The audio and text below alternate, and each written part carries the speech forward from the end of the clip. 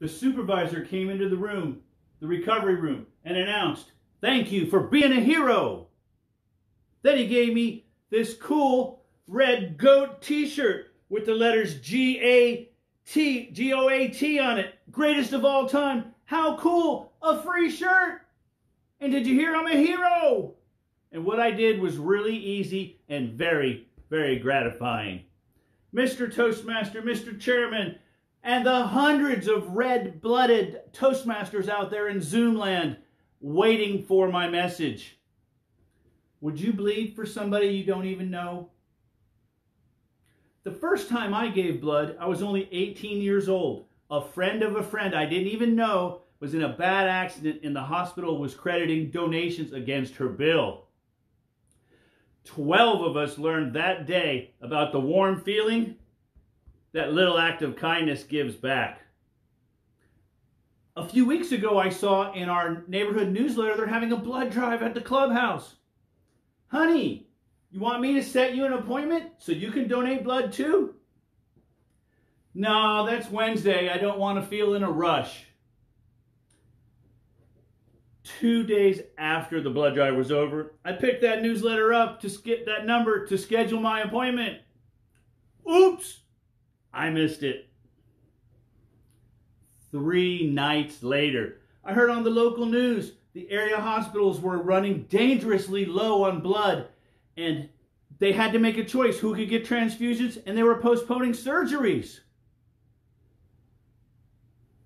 4 days later, staying alive, staying alive. That's my ringtone. Hello, Michael here. Mr. Falato, this is the San Antonio Blood Bank. Would you care to make a donation? Yes, ma'am. I believe I made her day. Now, I've done some phone sales in my day as a salesman, and I'm pretty sure telemarketing for blood is a tough gig. Now, if you're like most people, you hang up on telemarketers. I do. Nonetheless, she set me an appointment for the following week. Today, fellow Toastmasters, I ask you to take a moment to think to yourselves. When was the last time that you gave blood? According to the SouthTexasBlood.org, deposits simply have not kept up with withdrawals. Even our mayor, our city mayor, Nuremberg, ends his daily covert briefings with, "There's an emergency need for blood. Give blood if you can." Now, sure, there are plenty of excuses. I don't like needles. I'm too busy. I'll give next time. But you know what the best excuse is? I gave last week. I certainly realize giving blood isn't for everyone. I'm not here to twist any arms. However, if you can, please think about that little act of kindness. And of course, there are people with medical conditions that can't give. If you're taking antibiotics or blood thinners, or you got that cool Mickey Mouse tattoo on your shoulder like my son, Michael MJ Jr. just did. Now, if you can't give blood, maybe you can support others. Perhaps if you're a boss or an owner, maybe you can give time off to someone that wants to give blood. A Friday afternoon off, paid or not, is a pretty good incentive to give blood.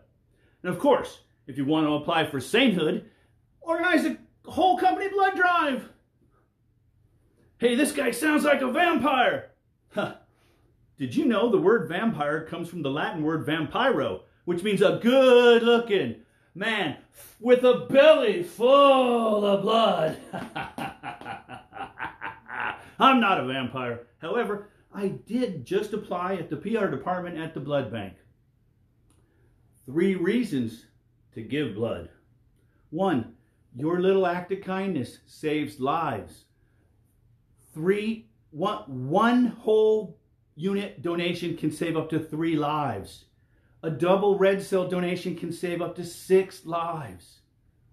2, it only takes an hour, and I usually give you some pretty good cookies. 3, according to the World Health Organization.com, only 10% of the eligible people that are able to give actually donate. You know what this means? If I can get 1 out of 10 people that hear my speeches and my social media posts about donating blood, I've made that small difference. Where do you find out how to give blood? Just simply Google blood donations in your zip code, names and locations, phone numbers of several locations to give blood will appear in the results. It's that easy. Fellow Toastmasters, by no means am I a marathon giver. In my lifetime, I have given truthfully less than 1,000 times. When I was in the Air Force, sometimes they would give us a Friday or a Monday off. And who doesn't like a 3-day weekend? And you could give 6 times a year. Wink, wink. Now, since I've left the military, honestly, I've only given every other year, sometimes every 3rd year. But I did give 6 months ago, and I did give 3 weeks ago. Let me tell you about when I arrived at the blood bank. They pricked my finger, checked my iron count, asked me a few questions, then they hooked me up. They reclined me back in a cool recliner. I chilled. They gave me a ball. Squish, squish, squish. And it was over before I knew it. Afterwards, in the recovery room, I was treated to some Nutter Butter peanut butter sandwich cookies and a Gatorade. It doesn't get much better than that. For diabetics, they even had Chex Mix. Then the supervisor came into the room and announced, "Thank you for being a hero." He gave me this cool t-shirt with GOAT on it, greatest of all time. I felt uplifted. It wasn't really hard, and it was a very gratifying experience. Today I'm challenging you, only if you're able.